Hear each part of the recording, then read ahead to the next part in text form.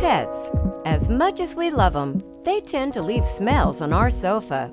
We get that, and that's why we have 7 easy ways to get rid of pet smells on your sofa. Number 1. White vinegar and water. Mix equal parts of white vinegar and water in a spray bottle. Spray it onto the part with smells left by your pet. Wait a few minutes, then wipe it down with a cloth. Number 2. Baking soda. Pour some baking soda on the sofa. Let it sit for a few hours or even overnight before vacuuming. Number 3. Unflavoured vodka. Fill a bottle with vodka and spray lightly onto the sofa without making it too wet. The alcohol collects odorants in the fabric and removes them as it evaporates. Number 4. Enzymatic Cleaner. Spray the enzymatic cleaner on your sofa when the pet smell is present.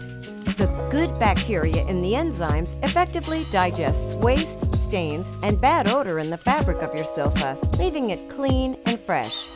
Number 5. Air dry the fabric. Simply open up the windows and get the sofa to a spot with sunlight for a few hours. And voila! The funky smells won't be there anymore. Number 6. Heavy-duty vacuum cleaners.